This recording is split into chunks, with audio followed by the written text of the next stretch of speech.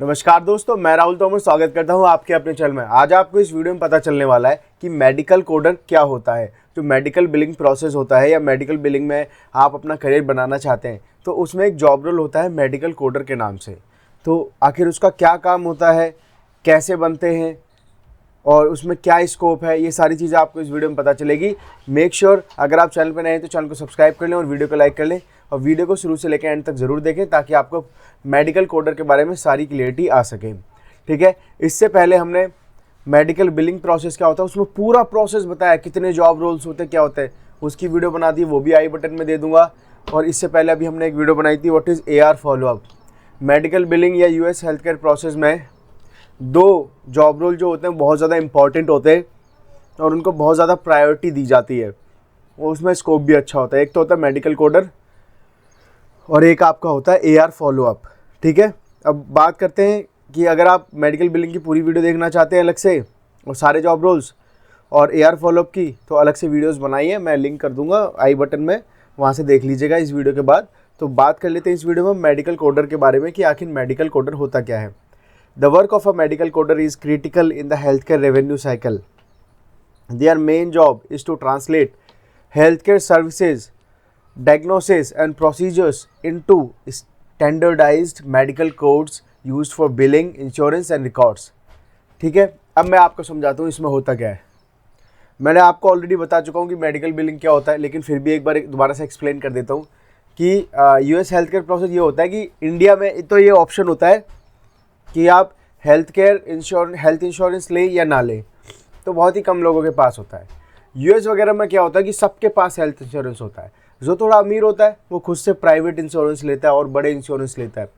जो गरीब होता है तो उसे सरकार अपने इंश्योरेंस में कवर करती है। तो वो जब भी कुछ ही छोटी बीमारी या बड़ी बीमारी के लिए डॉक्टर या हॉस्पिटल या क्लिनिक पर जाते हैं तो वो वहाँ पे पेमेंट नहीं करते, वहाँ पे अपने इंश्योरेंस कार्ड के थ्रू पेमेंट करते हैं। फॉर एग्जाम्पल, एक पेशेंट आया, उसने बताया मुझे ये बीमारी है, मुझे ये इलाज कराना है।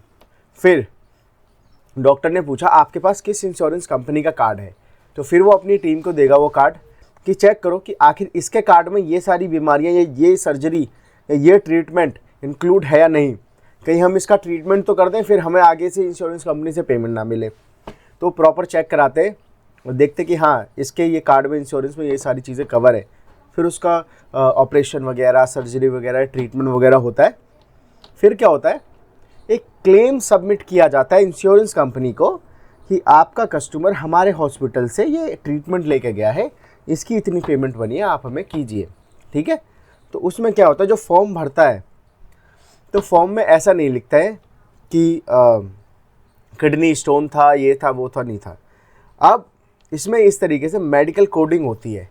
मेडिकल कोडिंग के कोर्सेज़ वगैरह होते हैं, आप सर्च कर लीजिएगा या अलग से एक वीडियो भी बना दूंगा अगर आप चाहते हैं तो कमेंट बॉक्स में कमेंट ज़रूर कीजिएगा कि मेडिकल कोडर बनते कैसे आखिर। ये जिसमें तो मैं बता रहा हूँ कि मेडिकल कोडर है क्या, क्या काम होता है। तो मेडिकल कोडर के लिए अलग अलग कोर्सेज़ वगैरह होते हैं।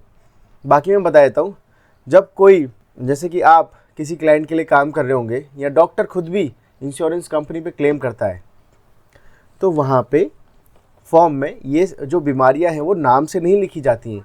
हर एक बीमारी, हर एक छोटे से छोटे ट्रीटमेंट के लिए एक कोड डिटरमाइन किया गया है मेडिकल कोडिंग में।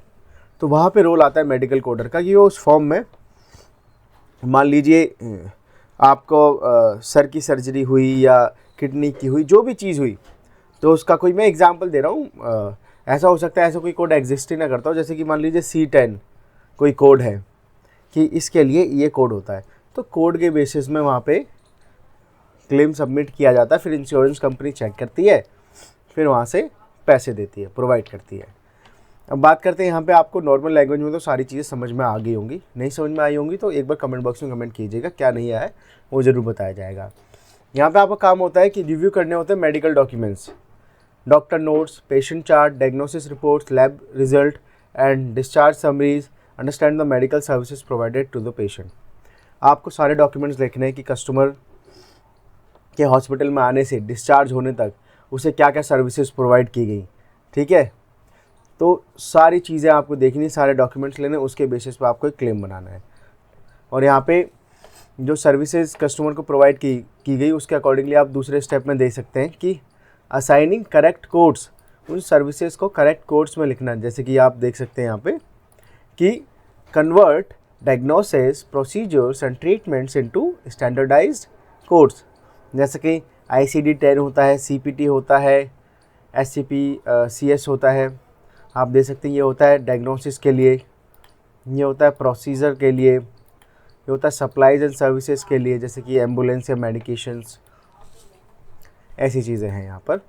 अब हम चलते हैं नेक्स्ट पे, ensuring coding accuracy. Make sure that the codes are accurate and match the documentation, avoid errors that can cause claim denials और rejection, follow official coding guidelines and compliance rules. जैसे कि आप जब कोडिंग करते हैं as a medical coder, ठीक है, तो उसमें आपको ये करना होता है, एक सेकेंड ये मैं सेव कर देता हूँ, बार बार इशू कर रहा है। जब आप कोडिंग करते हैं तो आपको मेक श्योर करना होता है कि आप उसमें कोई गलती ना करें, अदरवाइज इंश्योरेंस कंपनी की तरफ से वो क्लेम डिनाई या रिजेक्ट हो सकता है।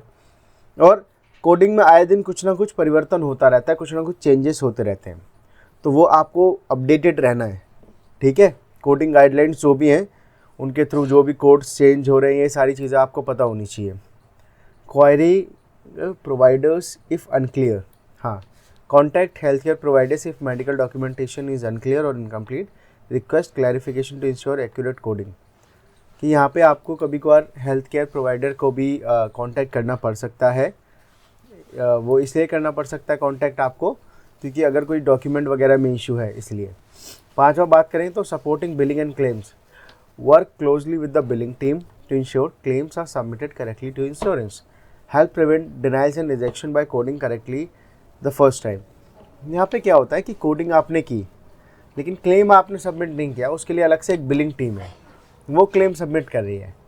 अगर कोई रिजेक्शन, पहली बात तो आपको अपनी तरफ से कोई गलती नहीं करनी होती कोडिंग में, फिर भी कोई अगर रिजेक्शन आ गया तो उसको अच्छे से समझ के कि आखिर कहाँ गलती है, सही कोड करके दोबारा से बिलिंग टीम के थ्रू दोबारा से क्लेम सबमिट कराना होता है।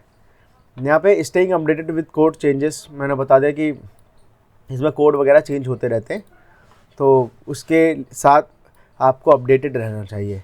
Maintaining compliance, follow HIPAA regulation and insurance requirement और avoid upcoding for a more severe condition than diagnosed और डाउन कोडिंग।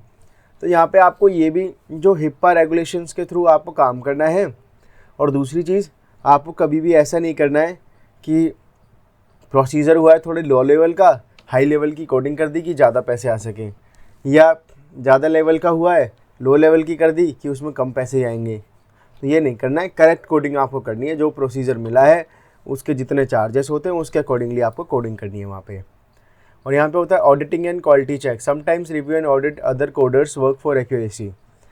मान लीजिए कि यहाँ पर जब आप थोड़े से सीनियर पोजीशन पे आते हैं तो और भी आपके जूनियर कोडर्स होंगे, तो हमेशा चेक करते रहना चाहिए कि वो एक्यूरेट वे में कोडिंग वगैरह कर रहे हैं या नहीं कर रहे हैं, ठीक है।